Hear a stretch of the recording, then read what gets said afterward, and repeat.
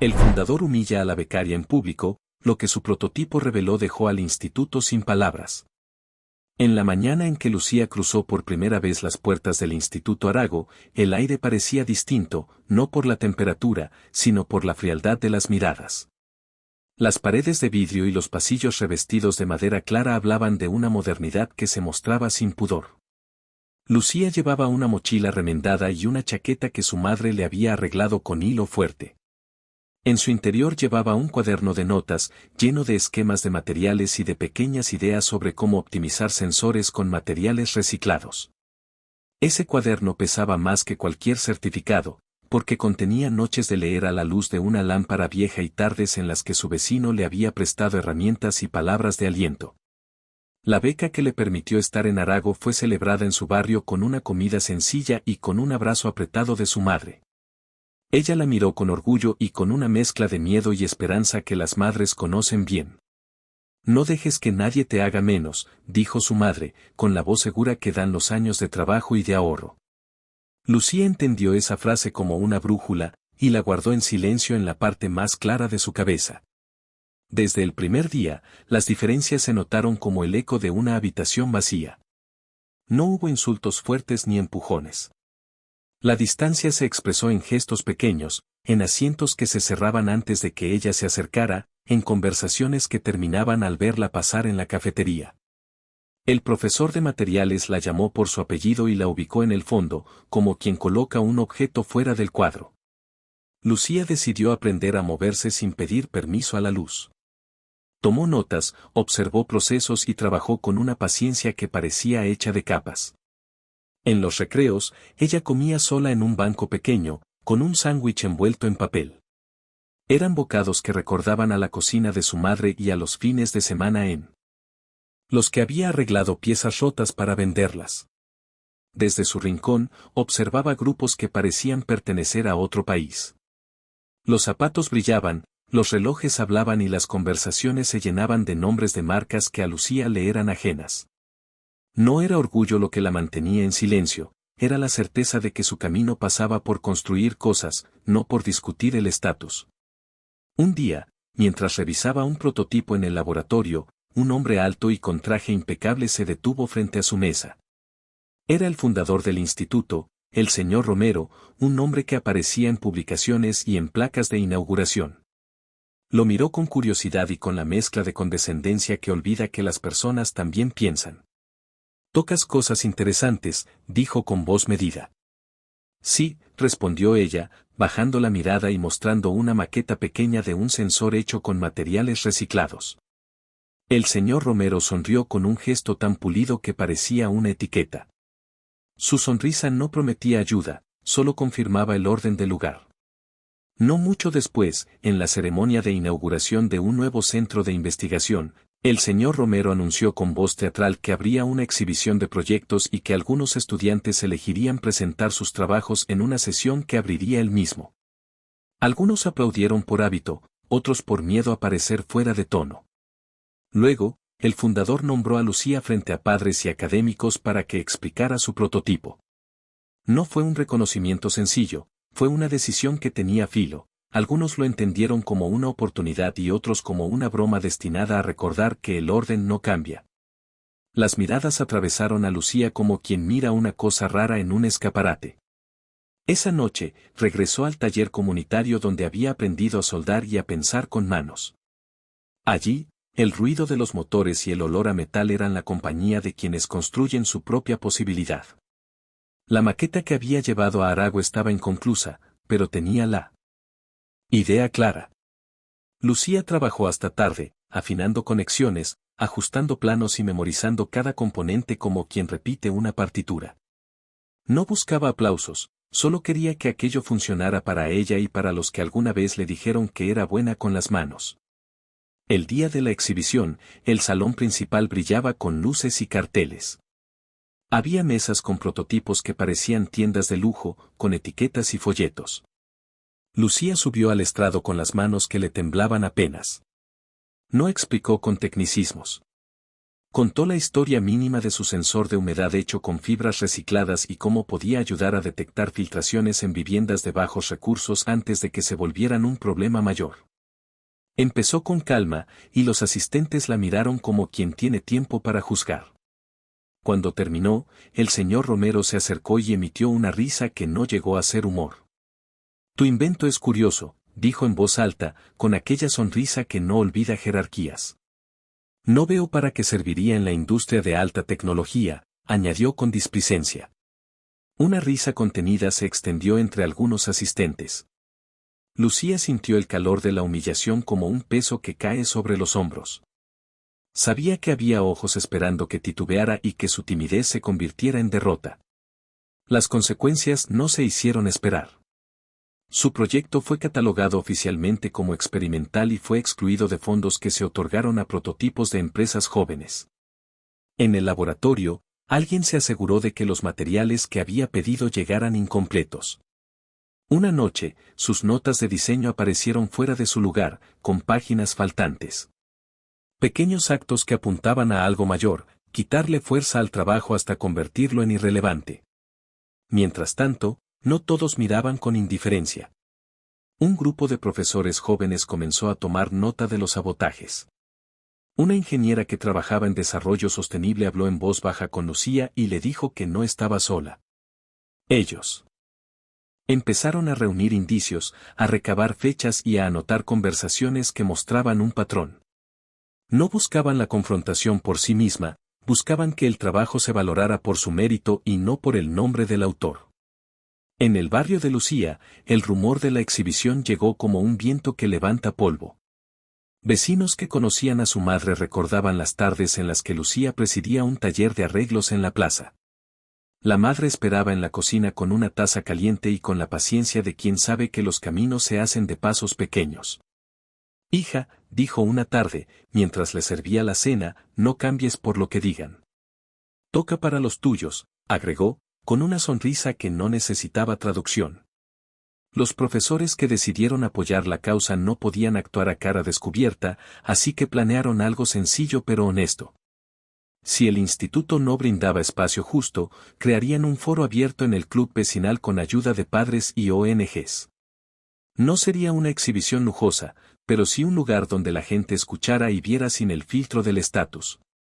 La idea se difundió en voz baja y llegaron manos que prestaron mesas, cámaras, sonidos y una pequeña plataforma prestada por un teatro local.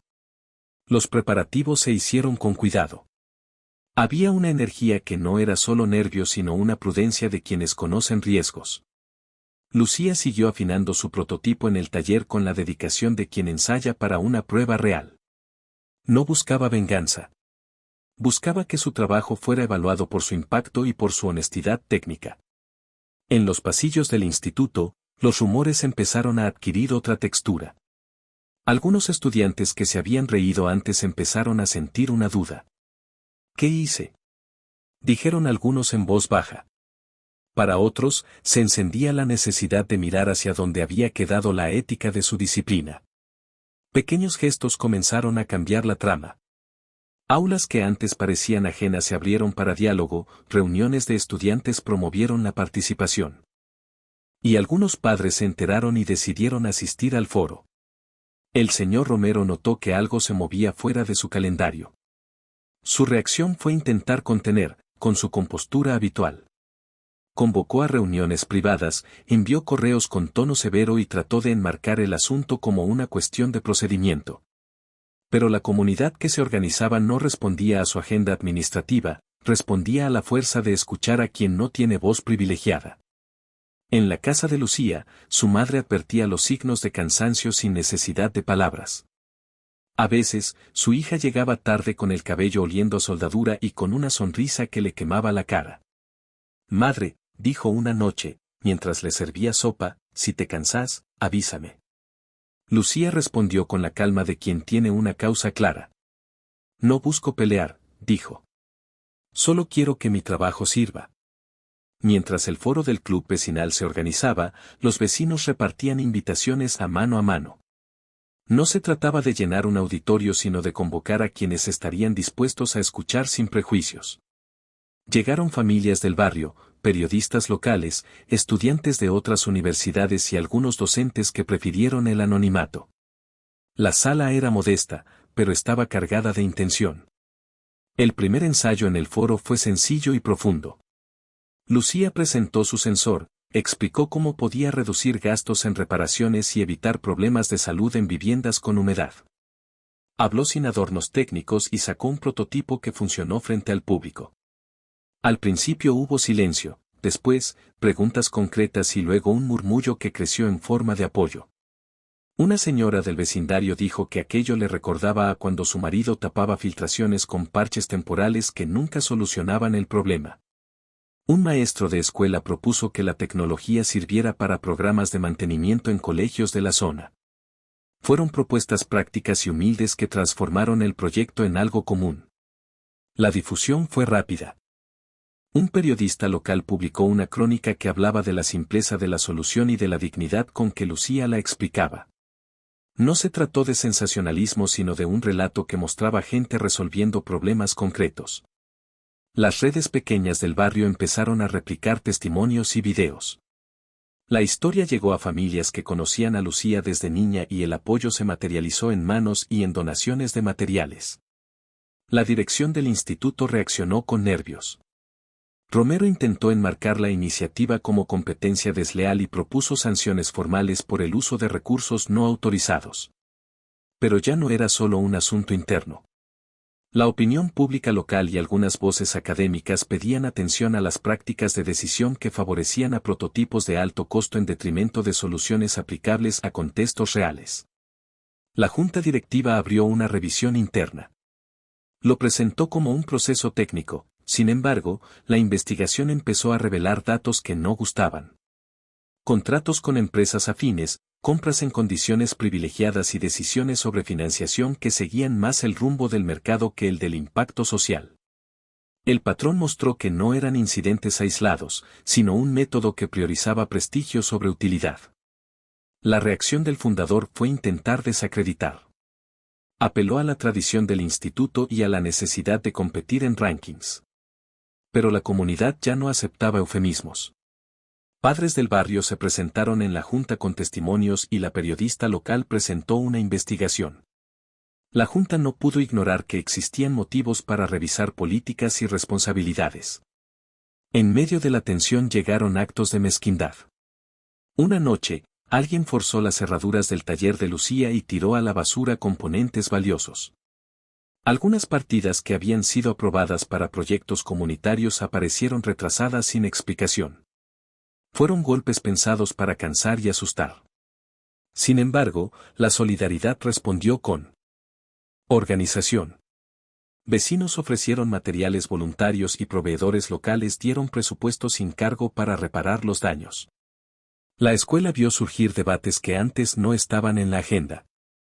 Se habló de ética de la investigación, de compromisos sociales y de la responsabilidad de las instituciones con su entorno. Se propusieron comités mixtos con representación estudiantil y se revisaron criterios de financiación para priorizar impacto sobre brillo comercial. No todo fue fácil, hubo resistencias en quienes veían en estos cambios una amenaza a sus privilegios. Se generaron conversaciones duras y necesarias que obligaron a redefinir proyectos y procedimientos. En medio de todo ello, una noticia llegó al buzón de la casa de Lucía. Un laboratorio colaborativo de una universidad extranjera invitó a participar en una residencia para desarrollar tecnología apropiada para comunidades.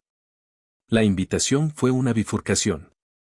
Podía ser la puerta a recursos para escalar su sensor o una distracción de las luchas locales. Lucía tomó la decisión con la claridad de quien siente que su trabajo no le pertenece solo a ella. El asunto con la Junta siguió su curso.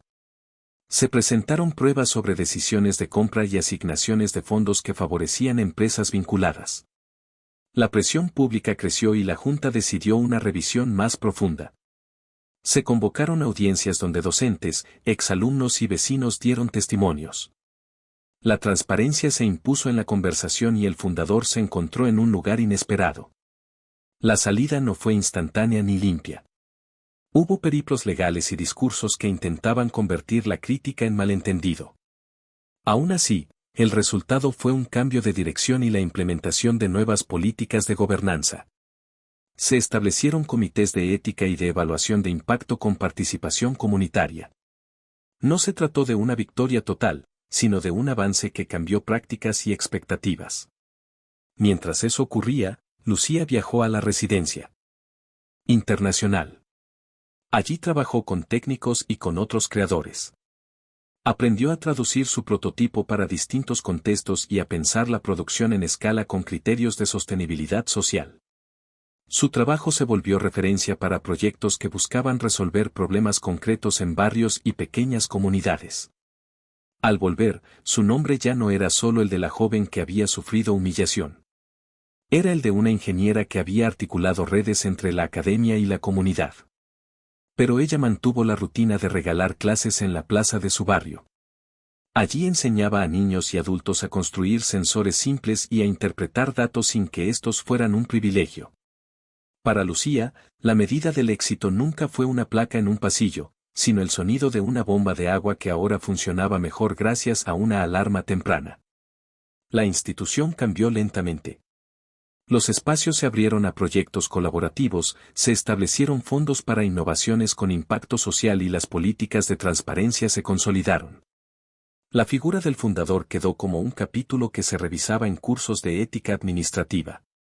No se trató de denigrar a nadie, sino de incorporar la experiencia al aprendizaje institucional. La comunidad local floreció en iniciativas. Se organizaron ferias de reparación, talleres de mantenimiento y acuerdos con proveedores que dieron prioridad a soluciones locales. El sensor de Lucía se adaptó a múltiples usos y se convirtió en herramienta de prevención en casas, escuelas y pequeños comercios.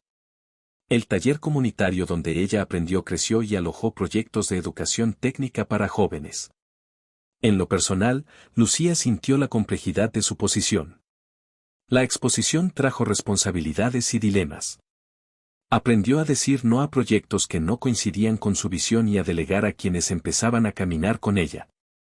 Su madre asistía a inauguraciones, pero seguía prefiriendo las tardes en la cocina.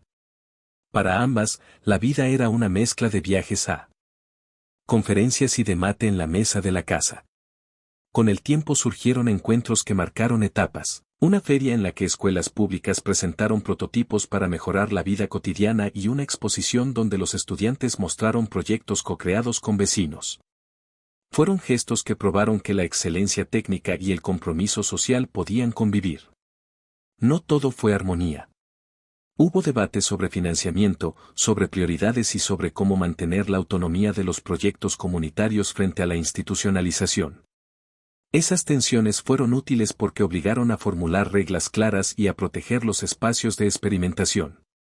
La historia que comenzó con una humillación terminó por abrir conversaciones más amplias. Lucía entendió que su trabajo era parte de un tejido y que la dignidad se sostiene con acciones cotidianas. La tecnología dejó de ser un lujo para convertirse en herramienta de cuidado, y la institución aprendió que el brillo no sustituye la responsabilidad social. En las últimas páginas de su cuaderno, Lucía escribió frases cortas sobre lo aprendido. La más simple decía que la exactitud técnica necesita de la escucha comunitaria para ser relevante. Esa idea guió su trabajo posterior y su manera de enseñar. El viejo taller en la plaza fue restaurado y convertido en un centro de aprendizaje abierto. Su madre siguió cocinando y, a veces, reía cuando su hija contaba anécdotas de conferencias lejanas. Años después, Lucía recordaba los primeros pasos con la claridad de quien mira una línea que ha sido trazada con cuidado. Sabía que no existen victorias completas, pero sí procesos que cambian lo cotidiano. Su sensor apareció en manuales de proyectos comunitarios y en cursos de ingeniería social. Y en la plaza todavía había niños que aprendían a medir la humedad con una placa soldada a mano. La pequeña comunidad había construido una red que no dependía de un solo nombre ni de una sola decisión. La dignidad se había tejido en talleres, foros y en manos que prestaron tiempo. La tecnología seguía siendo su oficio y la comunidad su brújula. Lucía regresó al taller con la sensación de que algo nuevo se abría, sin que ella supiera exactamente cómo sostenerlo. El retorno fue dulce y duro a la vez. Los niños de la plaza la saludaron con manos sucias de tierra y ojos llenos de preguntas. Ella respondió con paciencia y con la costumbre de mostrar primero y explicar después. La residencia había sido una experiencia que amplió su mirada y le enseñó a dialogar con equipos diversos. Aprendió a documentar su trabajo y a pensar en la escalabilidad sin perder la mirada cercana que marcaba su método. En la escuela, las renovaciones avanzaron de a pasitos. Se crearon comités y se discutieron reglamentos nuevos. Algunos profesores que antes dudaban ahora lideraban propuestas de proyectos comunitarios. Los cursos incorporaron módulos sobre diseño social y ética tecnológica. Los estudiantes debatían en voz alta lo que antes había sido silencio. La transformación no era homogénea, pero era real y visible. Sin embargo, no todo fue línea recta. Los intereses fortuitos aparecieron rápido. Empresas con capitales amplios y agendas de mercado comenzaron a mirar los proyectos con ojos que buscaban retorno. Ofertas de financiamiento llegaron envueltas en contratos que prometían crecimiento y tiempo a cambio de derechos. A Lucía le ofrecieron condiciones que, en apariencia, resolvían problemas concretos pero que implicaban ceder control sobre la tecnología desarrollada por la comunidad. Ella habló con su madre y con los docentes que confiaban en ella, y sintió el peso de una decisión que no era solo personal. La discusión fue larga y compleja. Se convocaron asambleas en la plaza y en el centro cultural. Vecinos, estudiantes, ingenieros y representantes de pequeñas empresas locales conversaron sobre modelos de desarrollo. Algunos proponían aceptar el financiamiento y usarlo para escalar la producción, otros temían que la tecnología se desvirtuara y que la comunidad perdiera su autonomía. Lucía escuchó cada voz y buscó en su cuaderno las palabras que la recordaban a la base real de su trabajo. La decisión fue colectiva y tomó tiempo. Se optó por diseñar un modelo cooperativo de producción y distribución que preservara el acceso abierto al diseño y que garantizara compensaciones justas para quienes participaran en la manufactura. La implementación del modelo cooperativo exigió aprendizaje y negociación. Se crearon estatutos, se definieron formas de gobernanza y se abrieron canales de formación en gestión. Vecinos que antes desconocían procesos administrativos se convirtieron en socios activos. Pequeños talleres locales ofrecieron sus espacios para montar líneas de ensamblaje artesanal con estándares adecuados. La transparencia fue la consigna y la documentación se hizo pública para que cualquier persona pudiera revisar decisiones de compra y contratos. El proceso también implicó tensiones.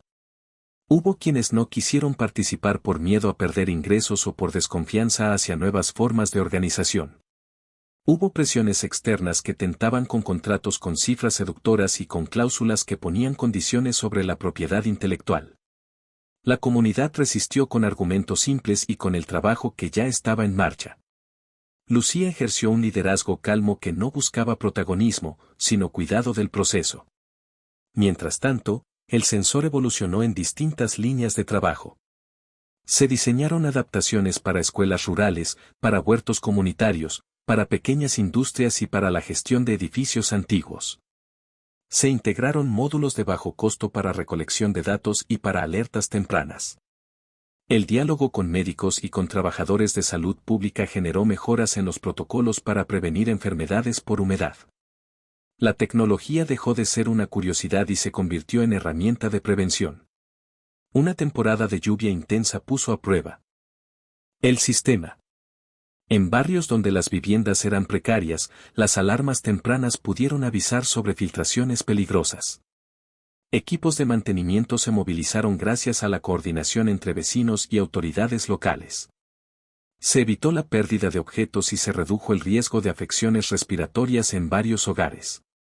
La comunidad celebró de manera sobria, reconociendo que la tecnología funcionó por el trabajo colectivo y por la decisión de mantener la red abierta. La noticia llegó a instancias municipales y se iniciaron conversaciones para integrar programas de prevención en edificios públicos. Se abrieron líneas de subsidio para apoyar la reparación de viviendas y para instalar sensores en escuelas con riesgo de humedad. La articulación con políticas públicas fue un paso nuevo que exigió poner en orden procesos contables y formas de cumplimiento normativo. La cooperativa aprendió a gestionar fondos y a reportar impactos con rigurosidad. En el ámbito académico, el caso de la cooperativa se incorporó en cursos como estudio de caso. Estudiantes que antes se limitaban a simulaciones ahora podían ver los efectos reales de un diseño orientado a lo social. Se desarrollaron publicaciones y estudios que documentaron la metodología y la incidencia en salud y en economía doméstica.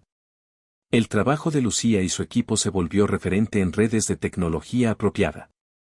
Con la visibilidad crecieron nuevas oportunidades y también críticas.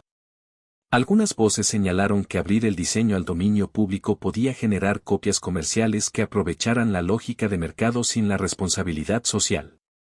Otros defendían la apertura como una forma de democratizar la tecnología. Fue un debate que la cooperativa afrontó con educación y con protocolos de licencia que mantenían principios de uso responsable. En lo personal, Lucía enfrentó cambios internos. La fama local traía agendas múltiples, conferencias y solicitudes de colaboración. Ella aprendió a priorizar, delegar y a cuidar su tiempo.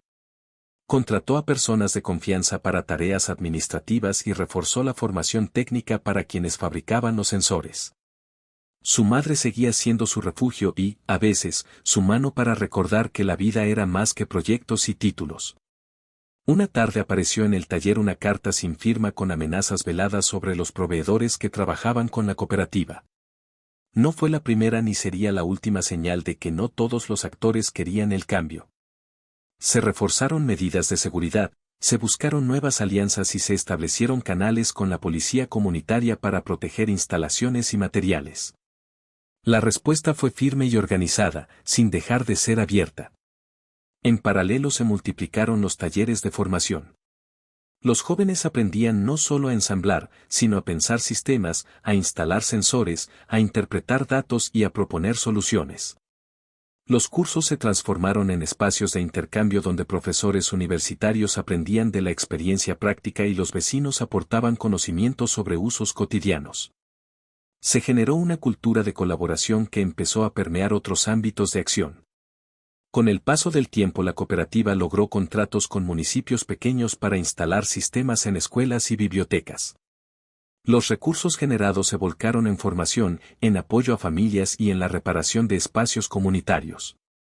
Se creó un fondo para becas técnicas que permitió que algunos jóvenes completaran carreras de tecnicatura relacionadas con sistemas y energías. A pesar del crecimiento, la cooperativa mantuvo espacios abiertos donde se discutían decisiones estratégicas. Las asambleas periódicas eran el lugar para acordar precios, formas de distribución, políticas de licencia y criterios de sostenibilidad. No fue un camino sin fricciones, pero la práctica de la deliberación colectiva consolidó la confianza y la resiliencia. En el plano afectivo, la vida de Lucía tuvo encuentros que la transformaron. Con sutileza. Conoció a personas que compartían compromiso y honestidad intelectual. Hubo compañerismo y aprendizaje, y a veces cariño que no requería definiciones rápidas. Ella mantuvo la prioridad sobre su trabajo y su comunidad, pero aprendió a dar espacio al encuentro humano sin que esto significara renuncia. El proceso también abrió preguntas sobre legado y continuidad, como asegurar que el proyecto no dependiera de una sola persona. Se trabajó entonces en la documentación, en la formación de formadores y en la creación de materiales pedagógicos accesibles. Se desarrollaron manuales, guías y cursos que permitieran replicar el modelo en otros territorios. La cooperativa organizó encuentros con otras iniciativas que trabajaban en tecnología social. Se generaron redes de intercambio de conocimientos y de repuestos. De esos encuentros nacieron adaptaciones del sensor para medición de calidad de aire en espacios cerrados, para control de humedad en bibliotecas y para uso en huertos comunitarios. Cada nueva versión surgía de un diálogo entre necesidades concretas y soluciones prácticas. El reconocimiento internacional llegó con prudencia. Fueron invitaciones a foros, a hablar de diseño responsable y de modelos cooperativos. Lucía aceptó algunas de esas invitaciones con la idea de aprender y de construir puentes para que otras comunidades pudieran apropiarse del conocimiento. No buscó premios ni símbolos de prestigio, buscó trasladar la experiencia y ayudó a formar redes de apoyo técnico. El tiempo marcó aperturas y cierres. Algunos miembros de la cooperativa siguieron nuevos caminos, otros se quedaron y otros asumieron roles que antes eran desconocidos. La vida organizativa mostró que los procesos humanos son cambiantes y que la sostenibilidad requiere cuidar relaciones además de balances y protocolos. En la ciudad surgieron iniciativas hermanas que trabajaban en reciclaje, en reparación, en formación técnica y en políticas públicas de mantenimiento de edificios antiguos. La cooperativa fue parte de una red que transformó algunas prácticas urbanas. Vecinos contaban historias sobre cómo pequeñas intervenciones habían mejorado su vida cotidiana, eso era la medida del impacto para quienes habían empezado el proyecto. Sin embargo, aparecieron nuevos desafíos en la relación con el tejido institucional. Algunos municipios intentaron formalizar contratos que exigían entrega de propiedad intelectual o exclusividades. Se discutieron alternativas y, finalmente, la cooperativa logró acuerdos que respetaban su filosofía. Se firmaron convenios de colaboración con cláusulas que garantizaban uso no exclusivo y acceso a formación. En la cooperativa se aprendió a manejar contratos, a negociar con proveedores y a sostener procesos de calidad. Se consolidó un pequeño equipo de ingeniería social y de gestión que mantenía vivos los principios fundacionales. Esa estructura se volvió clave para lidiar con escaladas y con demandas más complejas. Mientras tanto, la pedagogía del taller fue tomando modos propios. Había módulos para niños que contaban la ciencia con juegos y para adultos que buscaban formación técnica con horarios flexibles. Los encuentros terminaban muchas veces con comidas compartidas y con historias sobre reparaciones que resolvieron problemas cotidianos. La cooperación era una práctica que se extendía más allá de la tecnología. A nivel personal, Lucía dedicó tiempo a escribir guías y a trabajar en la formación de otros referentes. Su nombre fue asociado a la idea de tecnología que cuida y ella asumió esa etiqueta con responsabilidad. No buscó liderazgos verticales, sino acompañar procesos y promover la emergencia de nuevos líderes en los barrios. Un día apareció una propuesta de un laboratorio internacional que ofrecía recursos para mapear el impacto de tecnologías abiertas. La propuesta incluía la posibilidad de financiar desarrollos para adaptaciones locales y de conectar a la cooperativa con redes de soporte técnico. La comunidad debatió con intensidad y decidió aceptar con condiciones claras sobre la autonomía de las decisiones y con cláusulas para la formación de técnicos locales. Los miedos no desaparecieron. Pero la práctica de deliberar había dejado herramientas para sostener acuerdos y para anticipar riesgos. Se establecieron comités de vigilancia ética y de uso responsable. Se definieron protocolos de mantenimiento y de actualización de software y hardware. La institución universitaria que había participado desde el inicio reformuló su oferta académica para incluir prácticas vinculadas a proyectos de impacto. Estudiantes pasaban temporadas en la cooperativa como parte de sus materias y aportaban tiempo y capacidades técnicas. Esa sinergia hizo que la relación entre academia y comunidad fuera más fluida sin sacrificar autonomía.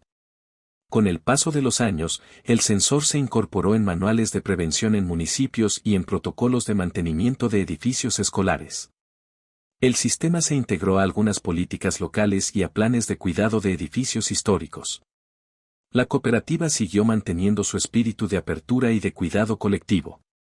La plaza donde todo empezó siguió siendo el espacio de encuentro.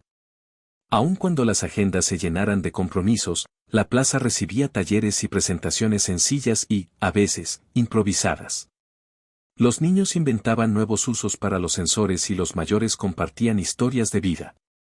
Era un lugar que mostraba que la tecnología había regresado a su raíz. Aún así, la incertidumbre formó parte del rumbo. Cambios de gobierno, recortes presupuestales, nuevas urgencias y crisis económicas obligaron a la cooperativa a adaptarse a contextos distintos. Se priorizó la diversificación de ingresos, la formación de alianzas y la creación de reservas para tiempos difíciles. La memoria colectiva se fue alimentando con relatos y con archivos. Se conformó un mural con fotos y notas que contaban la historia de la cooperativa. Esa memoria era un recurso para formar nuevas generaciones y para recordar que los aprendizajes venían de la práctica y del error. Con el tiempo se organizaron encuentros intergeneracionales. Los jóvenes compartían saberes digitales y los mayores aportaban la experiencia de cómo resolver problemas con pocos recursos. Ese intercambio fue una de las claves para la resiliencia del proyecto. En la ciudad comenzaron a surgir políticas que valoraban la reparación y la prolongación de la vida de los artefactos. Talleres de reparación circular, cocinas comunitarias y redes de trueque proliferaron como prácticas en las que la tecnología encontraba sentido social. La cooperativa fue parte de ese movimiento mayor que modificó hábitos y expectativas. Si bien el proyecto no resolvía todas las desigualdades, dejó en evidencia que el diálogo entre diseño y comunidad puede generar respuestas concretas. La cuestión de escalar sin perder identidad siguió siendo el horizonte obligado. Se trabajó con cuidado en protocolos de transferencia de conocimiento y en acuerdos para proteger usos no comerciales. En lo personal, Lucía buscó siempre volver a la práctica cotidiana. No renunció a dar clases en la plaza ni a ayudar a vecinos con problemas técnicos. Supo que la distancia entre la idea de cambio y su realización cotidiana se sostenía en el trabajo humilde y diario. La cooperativa empezó a colaborar con organizaciones de otras ciudades para replicar metodologías. Se crearon manuales traducidos y se ofrecieron talleres formadores de formadores. La red se expandió con la atención puesta en respetar contextos locales y en evitar la imposición de modelos únicos. En uno de esos encuentros internacionales se discutió la posibilidad de una red continental de tecnologías comunitarias. La idea fue recibida con interés y cierta cautela.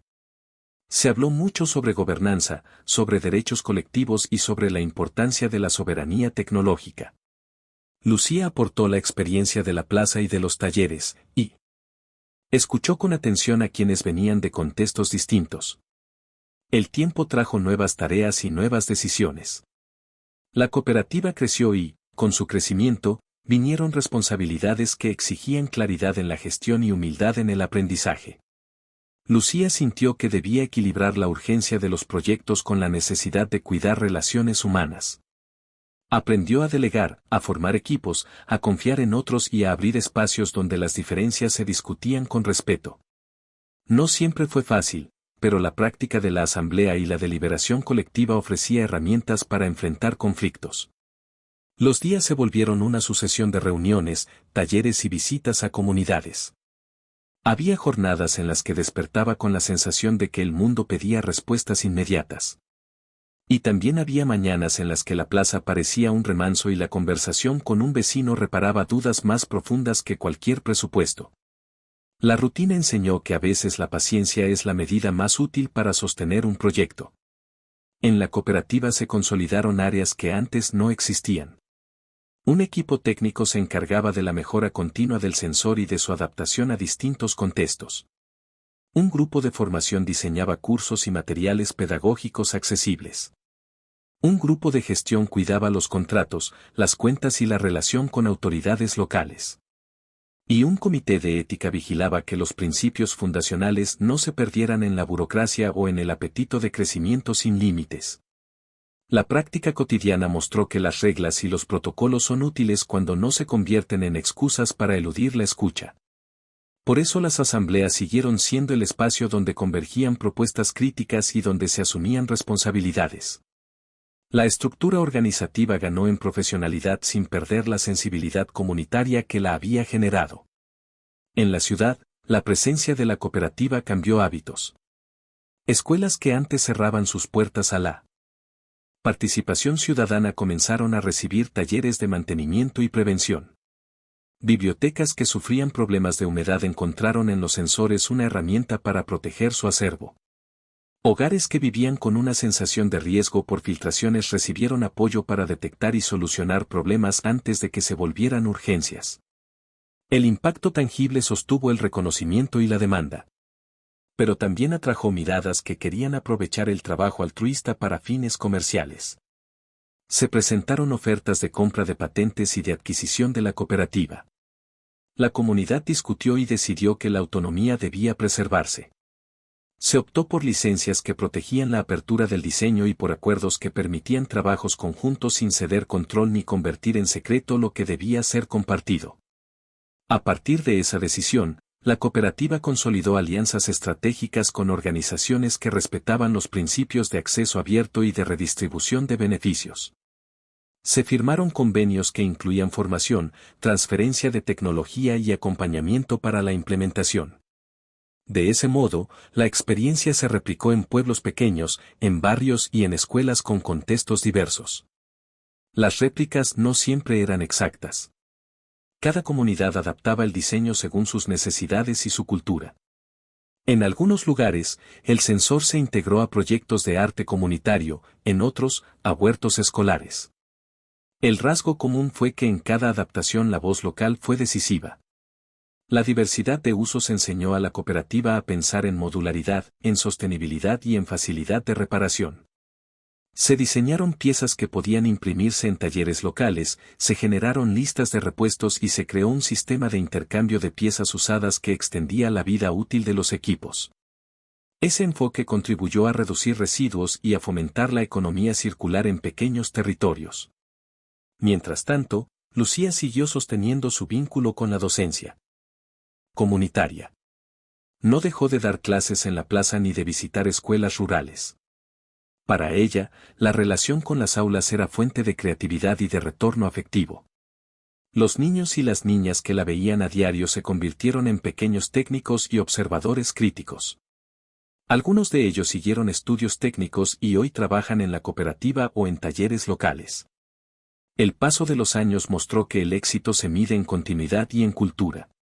Aprender a formar formadores fue clave para que la idea no dependiera de una sola persona.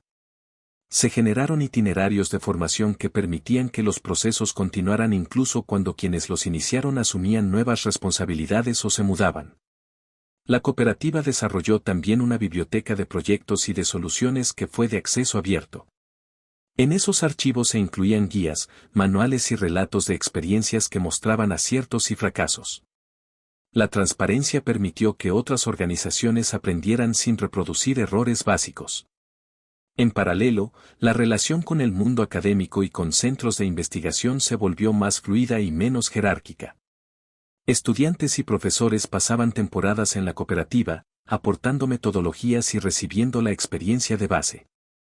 Ese intercambio fomentó investigaciones aplicadas y trabajos de grado que respondían a problemas reales.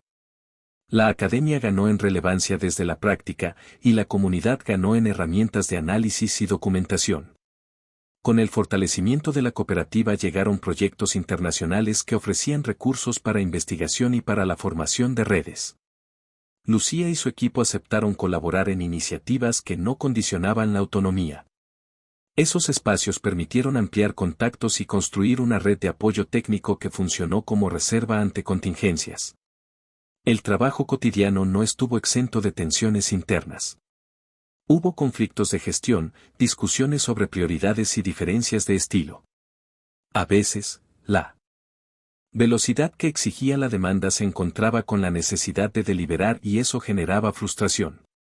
Pero la cultura del diálogo y del reconocimiento de errores permitió ir corrigiendo rumbos. Surgieron también debates sobre la mejora de la calidad técnica y la preservación de la sencillez del diseño. Algunos ingenieros proponían complejizar los sensores para ampliar prestaciones, otros defendían la simplicidad para asegurar facilidad de reparación y de uso por personas sin formación técnica. La resolución de esos debates se hizo con pruebas de campo y con consultas a las comunidades usuarias. En lo personal, Lucía sintió la necesidad de cuidar su salud física y emocional. Los años de trabajo intenso habían dejado huellas. Aprendió a delegar, a tomar pausas, a conectarse con la vida cotidiana y con los afectos. Su madre siguió siendo su presencia firme y la plaza su lugar de descanso y de inspiración. La historia llegó a una etapa en la que las consecuencias se multiplicaban en formas inesperadas. Uno de los jóvenes formados en la cooperativa creó una pequeña empresa social que ofrecía servicios de mantenimiento preventivo en escuelas y fue el primer caso de emprendimiento que surgía dentro de la red.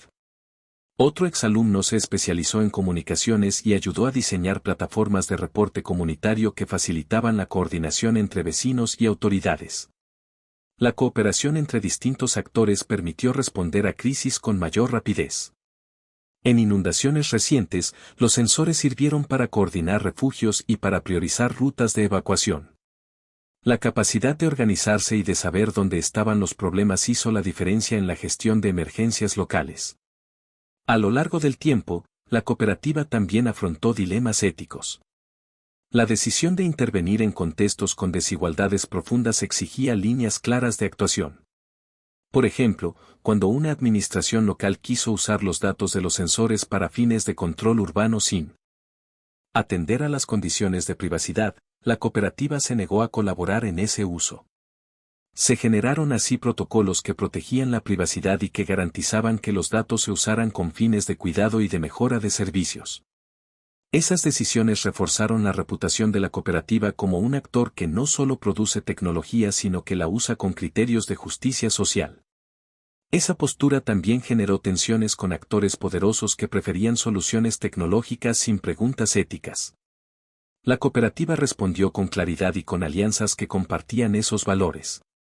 En el plano cultural, la experiencia inspiró obras y relatos.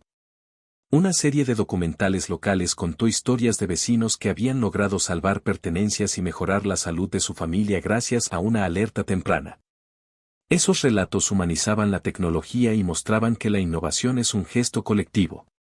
Con el tiempo, Lucía escribió un libro de memorias técnicas que combinaba relatos de campo con manuales prácticos. Lo hizo con la intención de ofrecer herramientas a quienes emprendieran proyectos similares. El libro fue difundido de manera gratuita en formato digital y en copias físicas repartidas en escuelas y talleres comunitarios. La publicación sirvió como material de formación y como recurso para quienes necesitaban ejemplos concretos. No buscó la fama sino la utilidad. Y esa actitud consolidó la ética que había guiado desde el principio su trabajo. Los ciclos de cambio trajeron también momentos de reflexión personal. Lucía se preguntó cómo sostener la obra sin perder la capacidad de sorpresa y de aprendizaje. Comprendió que la energía colectiva y la multiplicación de referentes era la forma más segura de continuidad. Por eso impulsó la formación de redes locales y la creación de semilleros que permitieran que nuevas personas asumieran responsabilidades. En un aniversario de la cooperativa se organizó una jornada en la plaza con testimonios, talleres, actividades y música. Fue una celebración sencilla en la que se reconoció a personas que habían sido clave y se compartió comida preparada por vecinos. Entre las actividades se destacó una mesa de historias orales, donde se escucharon relatos que iban desde la reparación de una cañería hasta la instalación de sensores en una escuela rural. Esa jornada fue también una ocasión para evaluar desafíos pendientes. Se discutieron temas de inclusión digital, de financiamiento a largo plazo y de formación técnica continua. Las respuestas se buscaron colectivamente y se definieron planes de trabajo con metas concretas y calendarios adaptables. Con el paso de los años, la cooperativa dejó de ser una novedad para transformarse en una estructura vital en la ciudad. Se volvía referencia en políticas públicas y en prácticas de diseño social. Pero la vigilancia sobre la misión debía mantenerse viva para que el reconocimiento no se volviera comodidades. En lo institucional se consolidaron acuerdos con universidades, municipios y organizaciones no gubernamentales. Se crearon programas de pasantías, de intercambio y se abrieron líneas de trabajo con salas de salud y con oficinas de desarrollo urbano. La intersectorialidad se mostró como una clave para la sostenibilidad. A nivel personal, Lucía tuvo que tomar decisiones sobre su vida privada. Las exigencias del trabajo la ponían frente a la necesidad de espacios de intimidad y de pausas. Aprendió a decir no a invitaciones que no contribuían a su propósito y a aceptar propuestas que sí lo hacían. También asumió el compromiso de mantener la enseñanza en la plaza como un acto cotidiano que la anclaba. Con la madurez llegó la posibilidad de pensar en legado. No se trataba de erigir monumentos sino de formar redes de conocimiento y de cuidado. La estrategia fue consolidar la formación de formadores, el mantenimiento de manuales y la puesta en marcha de fondos rotativos que permitieran sostener proyectos en tiempos difíciles. Se organizaron también becas para que jóvenes de bajos recursos estudiaran carreras técnicas y se propusieron mecanismos de mentoría para acompañar trayectorias laborales. Esos mecanismos generaron trayectorias que devolvían al tejido social parte de lo recibido. Años después, Lucía caminaba por la plaza y la veía transformada en un punto de encuentro. Los talleres funcionaban con normalidad y los niños jugaban en un rincón mientras otros ensamblaban placas. La escena era a la vez cotidiana y extraordinaria. Mostraba que la persistencia y el cuidado son fuerzas que modifican lo real. La relación con la academia siguió siendo de mutuo aprendizaje. Se firmaron convenios para investigaciones conjuntas que no privatizaban el conocimiento y que priorizaban la transferencia a comunidades. Esos estudios generaron evidencia que sirvió para las políticas de prevención y para consolidar programas de mantenimiento en escuelas y bibliotecas. En lo político, la experiencia influyó en la agenda local. Se propusieron normativas que incentivaban modelos de economía social y que favorecían la reparación sobre la compra sistemática. Fue un paso que implicó negociaciones y aprendizajes para traducir prácticas ciudadanas en políticas públicas. Con el tiempo, la cooperativa tuvo que afrontar la vejez de algunos de sus miembros fundadores. La transición generó procesos de relevo generacional que se abordaron con formación sistemática y con la creación de espacios donde las nuevas generaciones asumieran responsabilidad con apoyo y supervisión. Ese relevo fue la forma más auténtica de garantizar continuidad.